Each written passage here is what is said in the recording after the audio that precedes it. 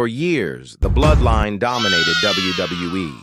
It was a true dynasty built on family, power, and acknowledging the tribal chief Roman Reigns.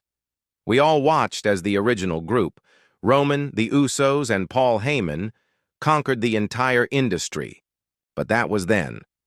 Now, in 2025, we're living in the era of a new bloodline. This version is colder, more ruthless, and led by an unforgiving Solo Sikoa. He's flanked by the vicious Tama Tonga and Tonga Loa, the Samoan werewolf Jacob Fatu, and the powerhouse Jeff Cobb. They work under a simple, brutal philosophy that fans have started calling MFT: malice, ferocity, terror. But what if this deadly crew added a new member? Someone no one, and I mean no one, saw coming. Someone whose lineage isn't from wrestling royalty, but from Hollywood action royalty. This is the story of how Steven Seagal's daughter could shock the world, redefine her family's legacy, and join the most powerful faction in sports entertainment. This isn't a news report. It's a fantasy booking. This is what if Arissa LeBrock joined the Bloodline. So, how is this even possible? Well, first, you have to understand who Arissa LeBrock really is. She's the daughter of two icons, 80s supermodel and actress Kelly LeBrock, and the man whose name is basically a synonym for bone-crunching action movies, the 7th Dan Aikido black belt, Steven Seagal. Growing up with a legacy like that is a heavy weight to carry, a shadow that could easily swallow you whole. For years, Arissa carved her own path as a successful plus-size model, building her own platform on a message of self-love. But you can't outrun your blood.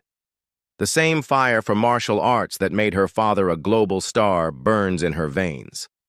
Arissa dove headfirst into the grueling world of Brazilian jiu-jitsu, becoming a legitimate and fierce competitor on the mats. This wasn't some celebrity hobby. It was her building a new foundation. That competitive fire eventually led her to the one place where performance art and combat art smash into each other: professional wrestling. Her journey wasn't a walk in the park. A promising WWE tryout in 2019 was derailed by a devastating injury that nearly ended her career before it even started.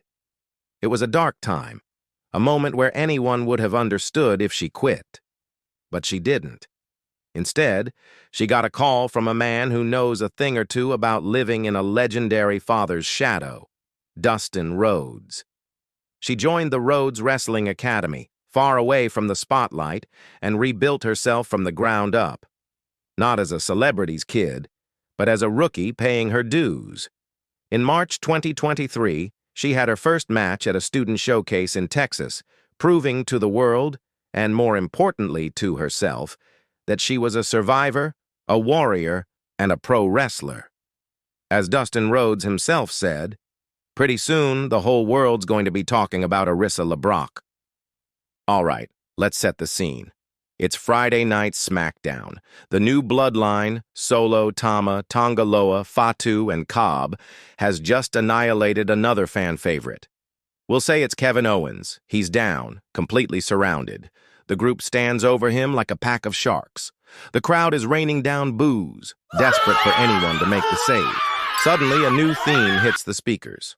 Nobody recognizes it. It's dark and minimalist, with an Aikido-inspired flute melody cutting through a heavy modern bass line. All eyes lock on the entrance ramp. Out walks Arissa LeBrock. She isn't smiling. Her face is cold, analytical, almost a mirror of her father's iconic on-screen persona. The commentators are losing their minds. Is she here to help Kevin Owens? Does she have a death wish? She walks slowly, deliberately down to the ring, her eyes never leaving Solo Sikoa. The members of the Bloodline actually part, letting her step through the ropes. She circles the ring, and for a split second, it looks like she might actually stand with Owens against them. She stops right across from Solo. He gives a slight, almost invisible nod. In that instant, she spins and delivers a brutal, lightning-fast roundhouse kick right to Kevin Owens' head. The crowd is shocked into absolute silence. The Bloodline doesn't cheer. They just watch. Arisa stands over KO's unconscious body, then turns to look at Solo. He extends his hand, not for a handshake, but with that familiar use finger point. She looks at his hand, then back at his cold eyes, and slowly raises her own finger to meet his. The message is crystal clear. The Bloodline has a new member, and she is not here to play. With her arrival sending shockwaves through the entire WWE universe, the question is simple. Why? Why would the daughter of a Hollywood legend join forces with the most hated group in the company? What's her end game? Before we get into how she carves out her spot in the faction, tell me your theories down in the comments. And if you're digging this fantasy booking, do me a solid and hit that like button and subscribe for more. In the weeks that follow, Arisa LeBrock's role becomes terrifyingly clear. She is the Bloodline's silent enforcer. She never, ever speaks. She doesn't have to. Her actions do all the talking. We see vignettes of her training, not in a wrestling ring, but in a stark, traditional dojo. We see her practicing Aikido and BJJ, showcasing the legitimate combat skills that make her completely different from anyone in the women's division. Her in-ring debut is against a seasoned veteran, someone like Natalya. It's not a long match. Natalya tries to use her technical expertise, but Arisa counters everything with a calm, brutal efficiency. No flashy moves, just joint locks, throws, and surgically precise strikes. The match ends when Natalya goes for the sharpshooter, but Arisa reverses it into a standing armbar, snapping it on so fast that Natalya has no choice but to tap out instantly. Arisa doesn't celebrate. She just stares a hole through the camera, her message clear. This is a different kind of fight. She becomes Solo's shadow. When he walks to the ring, she's a step behind, her eyes constantly scanning the arena, a stoic and intimidating presence. She doesn't interfere in matches like a typical goon. Instead, she neutralizes threats before they even begin. An opponent tries to grab a chair. She disarms them with a flick of the wrist. Someone tries to attack Solo from behind. She intercepts them with a single, debilitating pressure point strike. You can feel the tension with the other members. Tama Tonga and Tongaloa are warriors, but they're wrestlers. They don't understand her silent, stoic nature. Jacob Fatu is pure chaos, and he watches her with a mix of curiosity and suspicion. Even the other outsider, the powerhouse Jeff Cobb, seems to keep his distance, watching her with a professional but wary eye. But none of them can deny her effectiveness. She earns their respect not with words, but through her sheer, terrifying capacity for violence. She's the outlier, the one who doesn't fit the family tree, and that's exactly why Solo brought her in. The Anoa'i family's power is a known quantity. Arisa LeBrock is an unknown, a weapon from a different world their enemies have no way to prepare for. This all leads to Survivor Series, War Games. It's the perfect battleground for this story to explode. On one side, the new Bloodline, Solo Sikoa, Tama Tonga, Tongaloa, Jacob Fatu, Jeff Cobb, and Arisa LeBrock. On the other side, a dream team of WWE's biggest heroes united to end their reign of terror. Cody Rhodes, a returning Roman Reigns, Jey Uso, Kevin Owens, Sami Zayn, and Randy Orton. The match is as brutal as you'd expect. It's pure chaos, steel, and carnage. The Bloodline uses their numbers and savagery to take control. Fatu is a human wrecking ball. Cobb is a suplex machine, tossing bodies around. Tama and Tongaloa work like a well-oiled machine, isolating their targets. Solo is the cold, calculating leader, directing the symphony of destruction. Arisa enters the match last for her team, and the entire dynamic shifts. While everyone else is just brawling, she moves with a chilling purpose. She targets Roman Reigns, the man who started it all, facing the newest, most unexpected member of his family's legacy.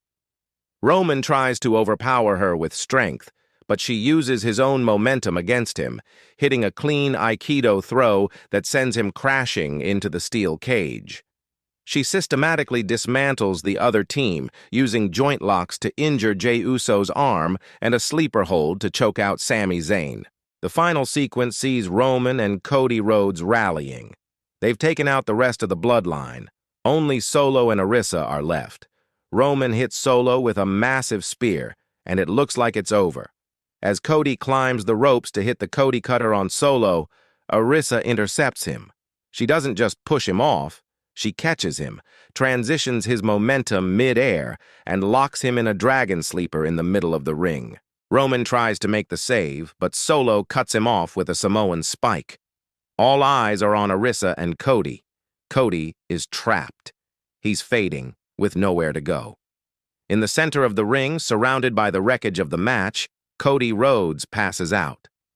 Arisa LeBrock has won War Games for the Bloodline. She didn't pin him. She just broke him. The image of Arisa LeBrock standing stoically in the center of the ring, her hand raised by a triumphant Solo Sikoa as the War Games cage lifts, would be an all-timer. She wouldn't just be in the Bloodline anymore. She'd be an essential pillar of its power.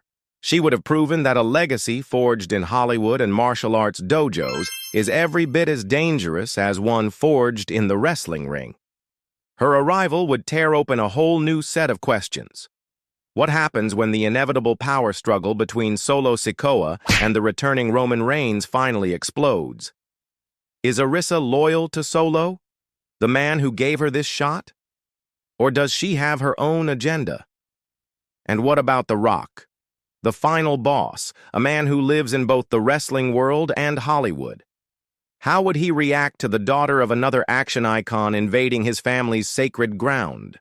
Arisa LeBrock's journey from a celebrity's daughter to a wrestling prospect is real. Her grit, her martial arts background, and her comeback from injury are all documented facts. While her joining the Bloodline is pure fantasy, it's a fantasy rooted in a very compelling reality. She has the tools, the lineage, and the story to become one of the most unique figures in wrestling history. So I have to ask you, after a debut and a run like that, who in the world would be brave enough to step to her next? Let me know your dream opponents for Arisa LeBrock down in the comments. Thanks for watching.